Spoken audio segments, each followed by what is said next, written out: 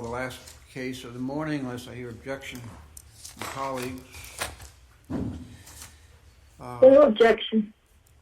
I think I heard the word no at the beginning of that.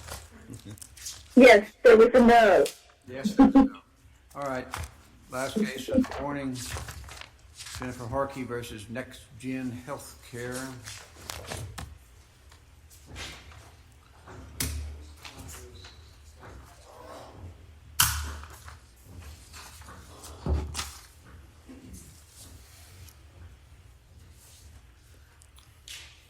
We're ready to proceed.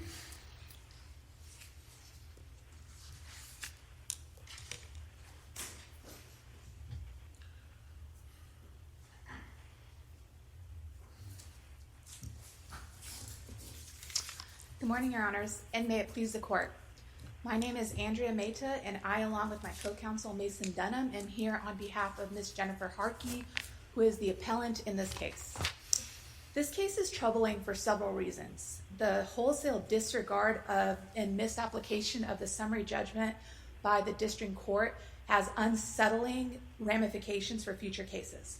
Moreover, the district court endorses pre-ADA Amendments Act standards when it interpreted the evidence and it held Ms. Harkey to an outdated standard of proof. Third, the district court erred in applying misconduct in the workplace cases to a situation where a woman was not acting consciously, was not in the workplace, and was sleepwalking. Her actions were wholly as a result of a sleepwalking disorder. And so misconduct in the workplace line of cases have no application there. Turning to this issue with respect to the summary judgment misapplication, it's difficult to know where to begin when the district court's opinion is so rife with misapplication of the standard. If you even look at the first page of the background section of the district court's opinion, there are the citations to that record. There's about 13. The court cites to defendant's motion for summary judgment. It is one page, single space, this background section of facts. Ms. Harkey presented 7 single space pages of summary judgment facts supported by 85 footnote references which had record sites. And the district court blatantly disregarded this evidence. Now, given time limits, of course I can't go through each of them. But well, let me ask you, it's de novo review summary judgment. So for a second, let's forget about the district court opinion. Yes, sir. To me, the hard issue is whether your client had a disability, which means that this sleepwalking substantially limited one or more major life activities. And I think everyone agrees sleeping is a major life activity. But the cases I see finding a sleeping-related disability are, say, insomnia cases where you're not sleeping like most normal people do, so you're tired all day at work. How did this limit? I don't see any evidence of that, though, that this caused her to act differently the next day after a sleepwalking incident.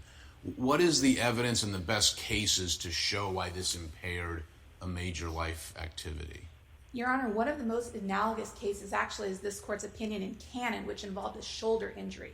In that case, I wrote that. I know that one. In that case, as Your Honor knows, there was evidence that despite this rotator cuff injury, the plaintiff still could go on with his regular activity, could work, and this court said that's not the relevant question. The question is the plaintiff substantially impaired as compared to the rest of the population? And we articulated that standard to the court. And with respect to what... But with a rotator cuff, clearly you are impaired. People who don't have a rotator cuff can lift things, et cetera, easier than someone with a rotator cuff. How did this...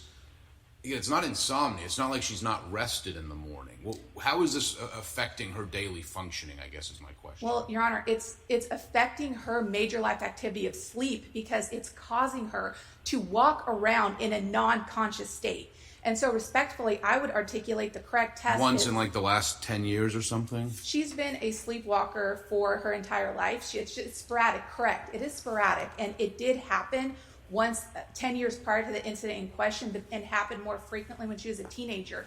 But Your Honor, the question is... I didn't understand what you just said. Is there one incident that has been stated to have existed in the record in the last 10 years and several more before that? Yes, Your Honor. I didn't quite hear. I thought you were Yes, saying Your Honor. that. When she was a teenager, she is an infrequent sleepwalker, but she had episodes when she was a teenager. She had the recent episode. 10 years prior, she had another sleepwalking episode. To answer Judge Costa's question with respect to what's in the record, the fact that she has her testimony saying that this disorder causes her to walk around in a non-conscious state and to move chairs, to walk around, to enter in potentially dangerous situations. In this case, it caused her to walk to knock a door. That in and of itself, when you compare to the general population, it's common knowledge that when we sleep, we don't sleepwalk. And the Code of Federal Regulations 1630.2 J1.5 discusses that when you're wanting that comparison with the general population, you don't need statistical evidence. So many precedent after precedent of this court has held her testimony is enough. And our perspective is the district court erred because it used an improper standard. It looked at, well, she can work. She's able to work. And this court said in Cannon, this court said in Williams that that's not relevant. Her ability to work is not the question because you can be limited in one major life activity but not another. Ms. Mehta, let me ask you, But it's still one. Go ahead, Judge Southwick. you're at a disadvantage from like seeing what's going on here at the bench. Why don't you go ahead and I'll pick up after you finish. Judge Elrod. Well, thank you, Judge Southwick. Appreciate the courtesy.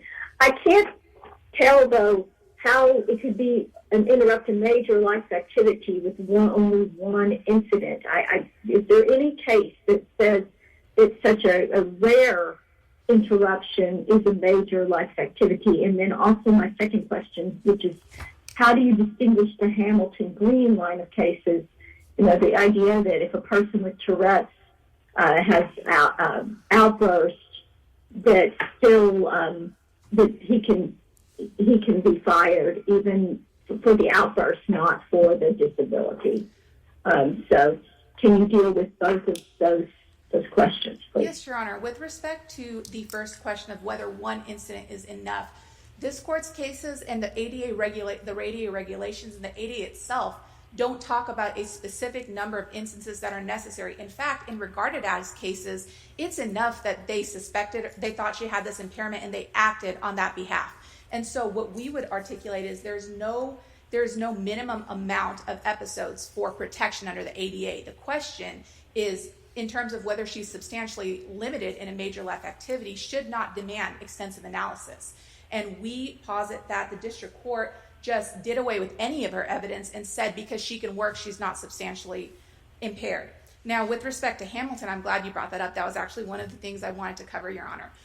Hamilton and its line of cases discusses misconduct in the workplace.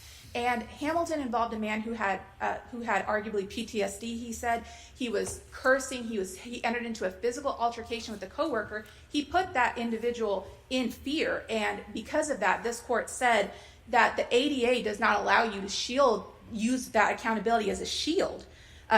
You can't use the ADA as a shield for accountability, but common sense dictates when the record shows that there was no intent, that she wasn't even awake. It is unfathomable to extend that line of cases to a situation. But wait a second, it's not about it's the person who's the recipient. He was certainly in fear.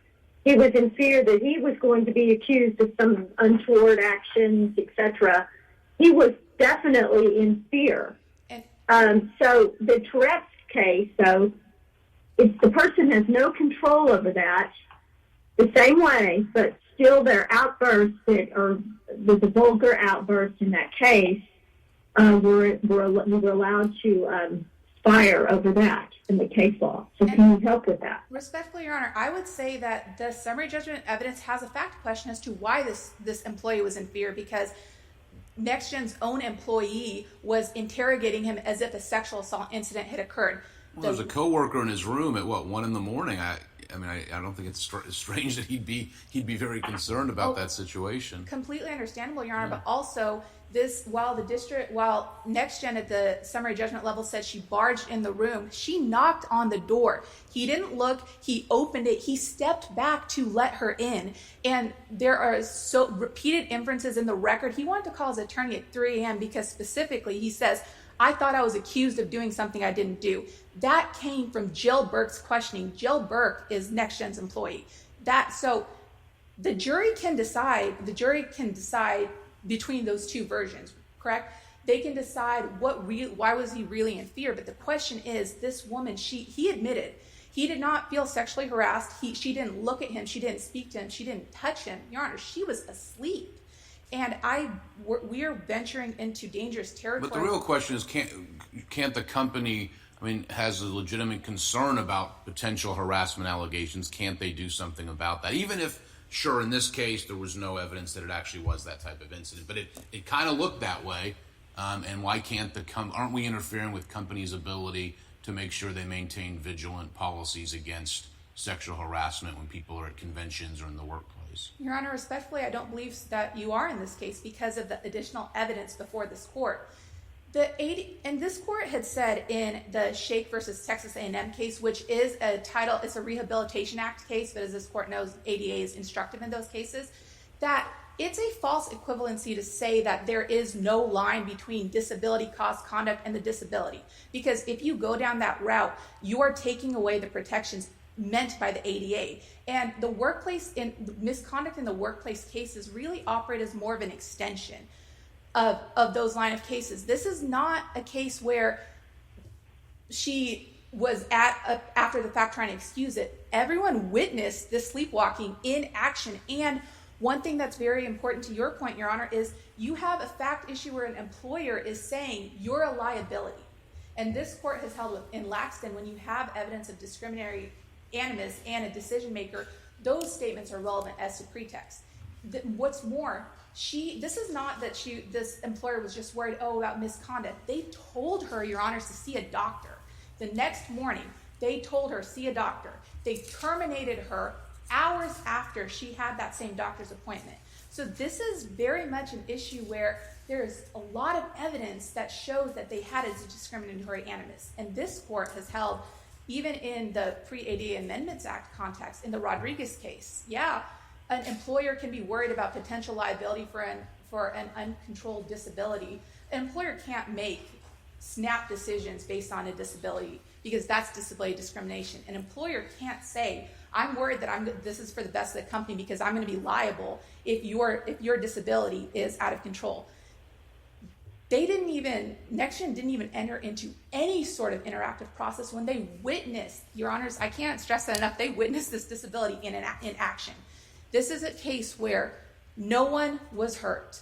The arguable harm to Mr. O'Donnell stemmed from NextGen's questioning and treating it like a sexual assault incident when it had not happened. Now, let me ask you this, Counsel. I know you've already taken a run at Hamilton. If you add the fact to Hamilton that existed in this case, you employee who engage in these profane outbursts because of a condition, you employee or liability, would that have changed the outcome in that case? Does that raise an issue, really a motive or pretext, or does it just state a reality that could very easily be a fact in both of those cases? But does it change the outcome? And if not, why isn't the same outcome proper here? Your Honor, with respect to PTSD, that disability manifests itself in many ways. And the outburst was, he says it was caused by his disability. Here, there is no segregation. You seem to be making some argument that maybe factually it wasn't the PTSD in Hamilton? No, I'm saying that the question is what's the causation, correct? What made the employer make that decision? Was there enough for there to be a fact question? Because you have an objectively violent act in the workplace, you can see that an employer's interest in protecting the workplace can give rise to being able to terminate. It's a uniform application. Here, you have a 10-year exemplary employee. NextGen's own policy says that they consider factors such as intent, isolation, mitigating circumstances, and all of these factors weigh in favor of not terminating an employee who'd even just received a promotion. So this is a case, Your Honor, where we are asked, the district court is applying misconduct to something that is unconscious. It's not just that she can't control it, it's she was asleep. She was not awake. This was not a manifestation. This was her disability in action. Well, why isn't that exactly the same thing as the Tourette's case in the Roy v. Kroger with the 11th Circuit, which has followed Hamilton? But it seems to me that I brought this up, this is the third time, and I don't think you directly addressed why isn't that situation. Are you saying that case is wrong too? Or do you think that there's some distinction between a person with Tourette's that cannot control a vulgar outburst? And, Your Honor, I'm not saying that case is wrong, and I'm not saying Hamilton is wrong. I'm saying it shouldn't be extended. There's a question of violent, vulgar there's a distinction, absolute distinction between violent, vulgar outbursts that threats of several NextGen's cases are, and I see I'm about to be out of time. May I finish this question? Yes. Several of NextGen's situation deals with egregious conduct, and in this court's opinion in Hamilton, the court specifically talked about workplace violence and egregious conduct. Our position is the reason this case is different is this is not egregious conduct. This is unconscious sleepwalking, and you have to view everything through the prism of the summary judgment standard. She knocked on the door and he opened it, Your Honor. She knocked on the door. And so there is no parallel between this. Respectfully, there is no parallel between this case and Hamilton. Well, why? Can I ask a question, Bishop? Forget the violence. I get the violence. I mean, why is profanity so much more egregious than walking in someone's room very late at night? She didn't, Your Honor, respectfully, she didn't look at him. She didn't touch him. She didn't say anything to him. She was asleep, and she would not have gotten entry in that room unless he opened the door. I guess my point is, I think a lot of workplaces every day you'll hear profanity. You don't. This is quite an unusual situation. And respectfully, it is. I mean, people were up in the middle of the night. HR was up in the middle of the night worried there's a sexual harassment issue going on. Correct, because of her disability. Now, a jury may look at this respectfully, Your Honor. A jury may look at this and think that NextGen acted properly. The question is there enough to raise a fact issue? And in conjunction, in misconduct alone, this misconduct, when there's no intent, that should not foreclose a jury question. And Ms. Harkey is not asking this court to say she wins. She's asking this court to not extend precedent to foreclose her ability to present a case to a jury when she has raised a fact issue that NextGen considered her conditional liability. Thank you, Your Honors. I look forward. Oh, I'm sorry, Judge, did you have? I'm not going to extend the argument now, but I will ask opposing counsel, and you can mull it over too for rebuttal. Is this really a fact question here, or is it a legal question? It seems to me the facts are undisputed as to the company's concern about the event and knowledge by the time the decision was made that what had prompted it. Is it really a fact question, or is it a legal question of whether that constitutes an ADA violation or not? Don't respond at this time.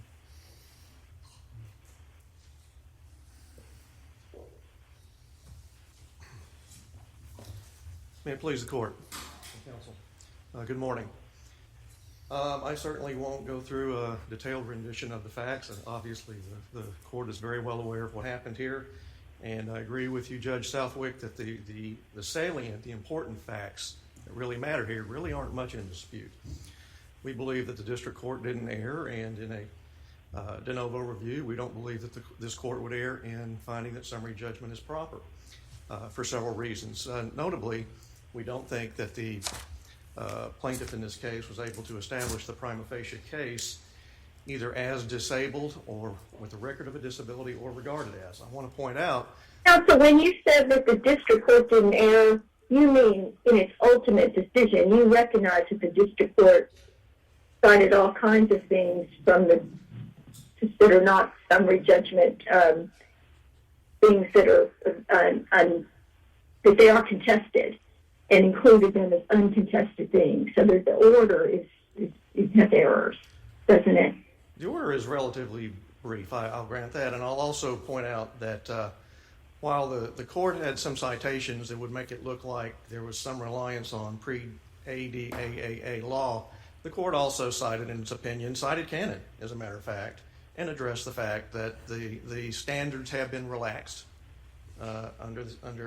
So, what is your answer to my question? Do you believe that the district court opinion contains errors, or do you believe it does not contain errors? I'm sorry, Your Honor, I couldn't hear that.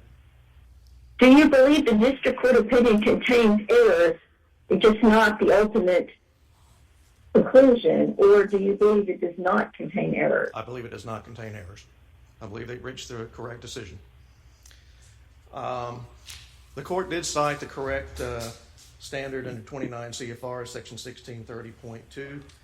The real issue is there a true disability?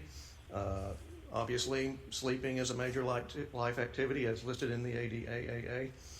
And the issue here, which the court has very clearly identified, is whether the testimony as provided in the summary judgment record really establishes whether there was any significant or substantial restriction on Ms. Harkey's ability to sleep. I would like to point out the following facts that are undisputed, that are clear in the record. Ms. Harkey said she had maybe 5 to 10 instances that she knew of sleepwalking in her life. She had, the last one she was aware of was 8 years prior. She was working for NextGen at that time, and I believe her testimony was that someone at a hotel front desk told her they'd seen her wandering around out in the hall. But consider these other things. She'd never seen a doctor for it. She'd never been diagnosed with any sleepwalking disorder. She'd never requested any accommodation. She had traveled extensively. Is it, in your view, is it the frequency with which she sleptwalk, or is it just that sleepwalking itself doesn't impair a major life function? Judge Costa, I think that'd have to be a case-by-case consideration by any trier of fact. If someone sleptwalked so regularly that they were regularly injuring themselves, if it affected their ability to sleep, that might be one thing. In this case, taking Ms. Harkey's testimony, as this court must, is true, it didn't bother her sleep at all. She said she didn't wake up the next day feeling tired. Most of the time didn't even know she did it, or she just had some fuzzy dream. It was very, very sporadic. And so I think it's not so much sleepwalking per se, it's how Ms. Harkey's sleepwalking manifested itself. But the sleepwalking did lead to this major problem that an ordinary person who doesn't have a sleepwalking problem wouldn't have ended up in a coworker's room. So that's, I think that's their argument for why it's, I don't know, I think it's a tough issue. And I'm going to address it. I can address it now, or I can go ahead and finish the other part of it. But again, the big issue in this case, as NextGen sees it, is the fact that we can establish that she was discharged for the behavior, not for the condition, which I will come to in a moment. But we believe here that when you consider the testimony that was before the district court and before this court, it's clear that this was not a disability. There's certainly no record of a disability. She'd never seen a physician for this. She'd never notified NextGen that she sleptwalked, needed no accommodation. She hasn't needed an accommodation since she's not at NextGen anymore. I would point out that in the EEOC case handling manual, to have a record of case, there has to be evidence that the employer considered the record of a disability. There's not any evidence of that here. I believe regarded as would be the most likely way this court would find that she was covered. Again, under the ADAAA, you have to show that there is a perception that the plaintiff is disabled. And here, I think this is where the plaintiff really falls. And the reason is because they try to rely heavily on the fact that there was knowledge on Ms. Burke's part that Ms. Harkey sleptwalked, because when Ms. Burke finally managed to rouse her in Mr. O'Donnell's room, one of the things that Ms. Harkey allegedly said was, I may be sleepwalking or something like that.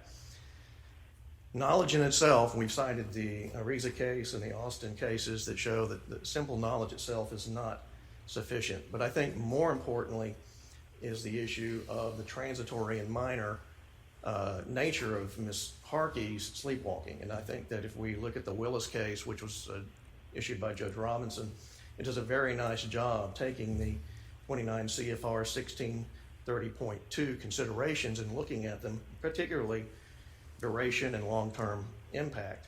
Now, in that case, you had an employee who was suffering from dehydration and heat stroke, but it was serious enough that he had to go to the emergency room. But it was something that he recovered from very quickly, didn't need to have any follow-up treatment, no long-lasting impact. And when you compare that to the present case, again, Ms. Harkey did end up going and seeing a doctor. I believe the record evidence is that she didn't see the doctor until after she was discharged, but had notified Ms. Burke that she was going to see the doctor. But that doctor found, and this is in the record, that she experienced sleepwalking. He didn't recommend any treatment.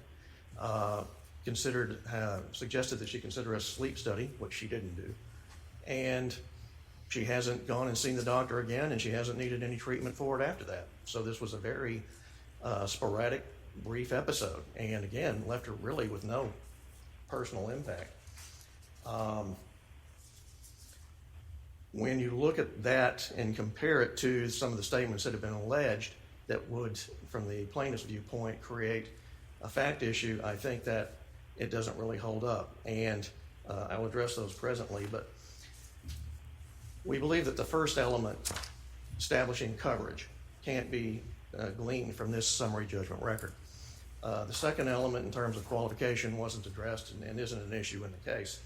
We believe where the plaintiff's case really falls is on the third element, which is fired because of a disability. And here, again, I think Judge Southwick, you've foreseen what my issue would be here, and that is that the dispute really is one of law.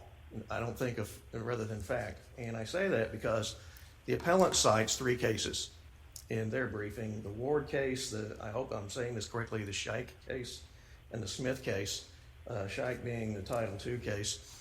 All 3 are similar in one important aspect, and that is where you have a long dialogue going on of requests for accommodation, back and forth, failure to perform, which is attributed by the plaintiff to why they're not performing. In Ward, it was someone who had arthritis and was having tardiness problems, and she had asked for accommodations over some period of time. Particularly in the Smith case, where someone who was hearing impaired had asked for a number of accommodations. She didn't get them, and that affected her performance, and they were fired for performance, or in the Scheich case, not allowed to sit for exams in medical school. Those are all failure to accommodate cases. They are cases where there's a long dialogue regarding the need for accommodation. They are inapplicable to this case. We believe the cases that are applicable, cited by us, the Hamilton case is a good example, the Lautinger case. I'm glad, Judge Elrod, that you brought up the Ray versus Kroger Company case, because I felt all along that was going to be one of the most instructive cases. They talk about intent, and the court is correct, first off. Whether Ms. Harkey had intent or didn't have intent, the real issue that you see in EEOC case handling manuals, in sexual harassment training, it's the perception by the person who is affected by the perpetrator, not the perpetrator's intent. If that were the case, a lot of people could get away with sex harassment. I didn't mean anything by that. That doesn't float anymore. Okay.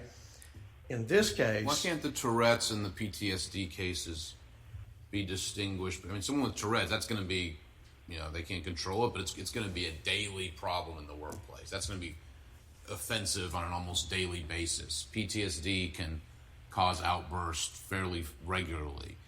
Here, I mean, the argument that maybe it's a problem for her on disability, but why isn't it the fact that this is so rare and usually happens at night when she's not at work? I mean, how's this really going to be impacting the workplace on a regular basis that would justify, getting rid of her along the lines of a Tourette's situation? Well, and I'm not trying to be flip by saying this, Judge Costa, but how much freaking out of your coworkers is allowed? Point, in case, look at the Ray case. The gentleman had been employed there for some period of time. He carried with him a card when he would have these outbursts where if he offended someone or appeared to, he could show them the card and hopefully explain the situation away. His requested accommodation was to ask people to please understand. But eventually, when he blurted out a particularly egregious racial slur around a minority contractor, the company basically took the position that I'm having to fire you because of the conduct, not the condition. And that's why I think, because of the intent issue raised by the appellant, that's why the Ray case is so instructive in this situation. But There have been a number of cases, Hamilton, Lottinger, the Birch case. We all know the Birch case, where you had somebody who had depression and alcoholism. Apparently he was a big scary guy, threatens to beat up a coworker at a sales meeting.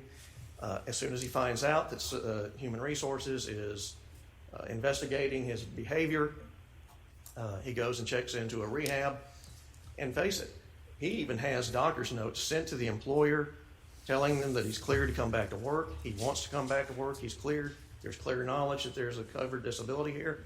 They still fired him, and the court still reversed a jury verdict in that case.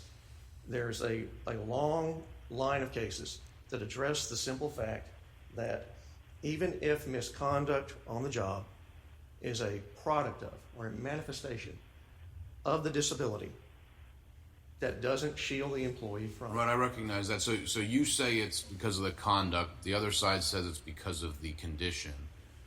So this maybe goes back to Judge Southwick's question. But in looking at what the intent was, what's the framework? I mean, would we still engage in a pretext analysis where the plaintiff could show, well, sure, the company's saying it's the conduct, but this pretext evidence shows that's really not what's going on here?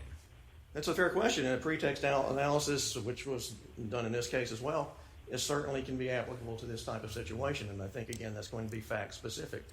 But if we had situations where you had someone with Tourette's and that person's manifestation was limited to spewing out vulgarities, and you had a workplace where everybody was doing it anyway, but you fired them, that'd be one thing.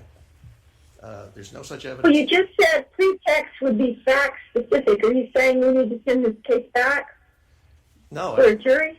I don't believe there's any So real... that's what I could not tell with the answer that you just were giving, that it was pretext and that was fact-specific. Maybe I misheard you. I'll blame that on poor microphone or poor acoustics, but no, actually there's a substantial argument lodged by the appellants of pretext. We believe that there really is no material fact issue raised that would establish any pretext in this case whatsoever. But you do recognize as a general matter, pretext forgetting that can be applied to this, see whether it's conduct motivated by conduct versus condition. Of course, Judge, absolutely.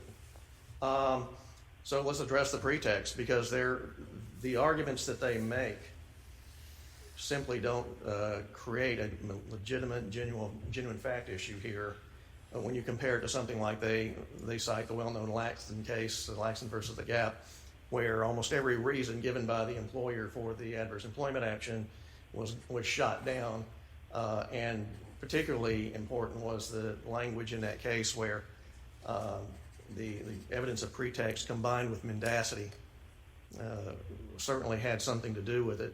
I'm even recalling that there was a situation where the individual who fired the plaintiff in that case claimed he didn't know she was pregnant, and she was very visibly pregnant in-person meeting with him when she was fired. If you look at it in this case, there are several lines of attack they used to establish pretext. The first is they quote Justice Alito from the Young case, saying that if the asserted reason just doesn't make sense, you can conclude that there's possible pretext. They didn't finish the statement that Judge Alito issued in that case.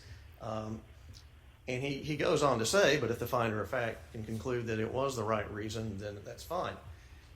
Without being flip, doesn't make sense to whom? It may not make sense to Miss Harkey. She may feel like it was no big deal. Her testimony is in the record where she said, I think Mr. O'Donnell was really making too big a deal of it. Oh, I'm freaked out. I want to go home. I want to get out of here. And she says, but that's just me. Certainly, the intent issue is important here.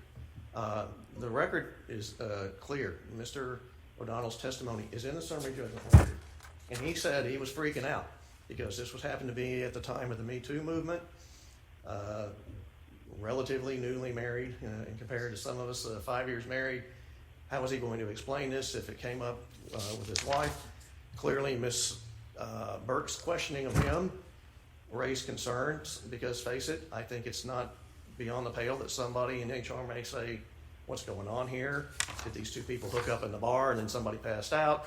Is this behavior that we don't want to have going on here? And so when you look at it, it makes perfectly good sense from the standpoint of a company saying you can be a liability if you go walking in somebody's room like this. And so I think that doesn't indicate any pretext whatsoever. Failure to follow policy, the policy they point out is the progressive discipline policy. That one's easily addressed. You can skip steps if you think it's egregious, and Ms. Burke testified that she did think so. They raised the issue of lack of contemporaneous documentation. This is more really just quibbling. There were documents created by Ms. Burke of her interviews with co-workers. The fact that she didn't document her conversation with her superior where the suggestion of discharge is made is really meaningless. The cases cited by the plaintiffs in this situation, the appellant, are all cases where an employer was trying to rely on a long history of poor performance, but didn't have any documentation of it prior, or where in some cases they even manufactured documentation after the fact. There's no evidence of that here whatsoever. The issue of inconsistent or wrong statements to governmental agencies, they're fighting over the definition of tipsy versus very tipsy. I don't think that this case should really turn on trying to have gradations of how drunk you are. Certainly there was questioning about how much drinking Ms. Harkey had been doing that evening. And she questioned Mr. O'Connell about it as well. That's in the record. Ms. Harkey was not fired for being drunk on the job. She was fired for, and it was very clear in the record, it's on page 113 of Ms. Ms. Burke's deposition. I fired her, or recommended the firing, because she walked into somebody's room uninvited, and I think that that's egregious and severe conduct that merits discharge. I'll just say this, there's a long line of cases in the Fifth Circuit that address the kind of evidence that really creates pretext, and there's a ton of them. Mayberry, Sonstad, all of those. I think that Judge Southwick, you stated it best in the Delaval case, where you say management's decisions, they don't have to be right, they just can't be discriminatory. And that's the truth, because face it, again, the courts are well known as saying that they don't want to be a super personnel department, and that's exactly what the appellant in this case is asking you to do. Finally, on the mixed motive issue, we don't believe that that really is an issue at all for a couple of reasons. Number one, really to have a mixed motive instruction, you should have direct evidence, and there is no direct evidence in this case. And number two, even if mixed motive instruction or consideration was appropriate, we believe that the summary judgment evidence clearly establishes a legitimate reason to discharge Ms. Harkey and doesn't really indicate anything of a nature that should be considered direct evidence. If there are no further questions, I will yield the remaining 15 seconds of my time. Thank you. Thank you.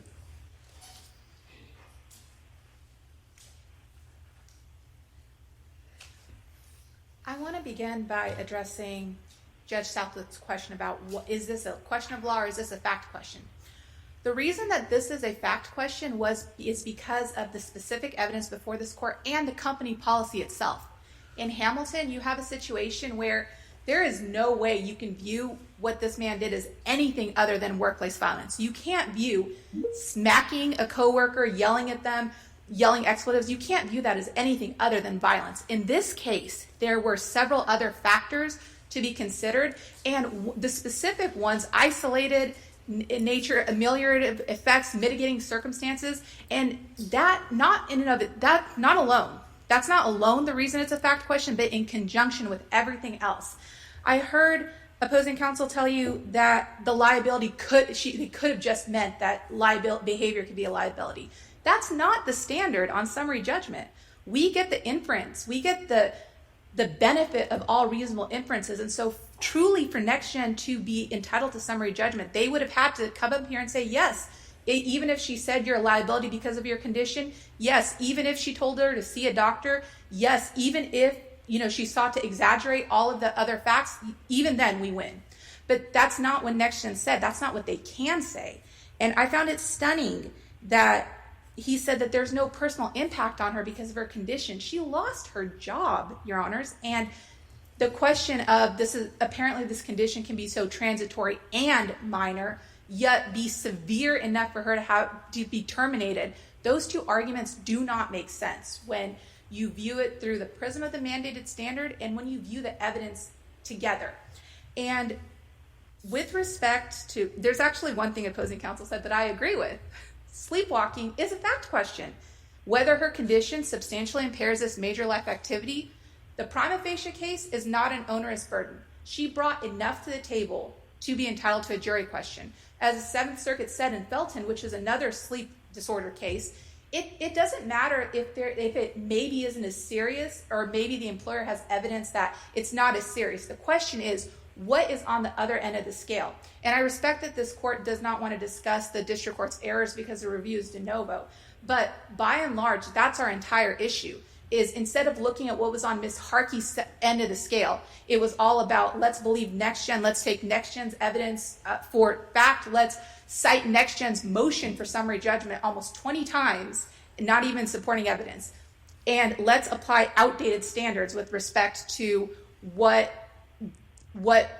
constitutes a disability. Now, I have nothing but respect for the summary judgment procedure. I use it, I utilize it frequently, but it is limited to certain situations. And Ms. Harkey today, for this court, I'm sorry, Your Honor, were you going to speak? Oh. For this court to reverse this case, it does not have to rewrite any existing precedent. It just needs to apply the laws with respect to summary judgment standard and the ADA. It does not have to extend Hamilton, which in this case, a fact issue has been raised. But for the court to affirm, summary judgment principles would have to be rewritten. Misconduct, there would have to be an extension of misconduct in the workplace cases to include non-conscious action.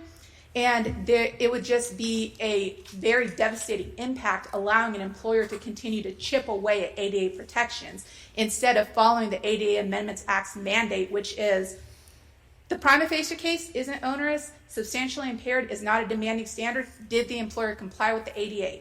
And ultimately, as I mentioned before, Ms. Harkey isn't asking this court to say, you win. She is asking to be able to stand in front of a jury of her peers and explain what happened to her.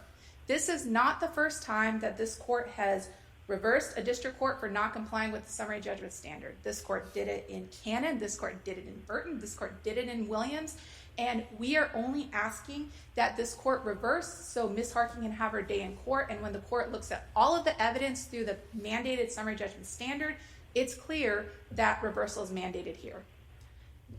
And unless the court has any other questions, I yield the remainder of my time, all 28 seconds of it.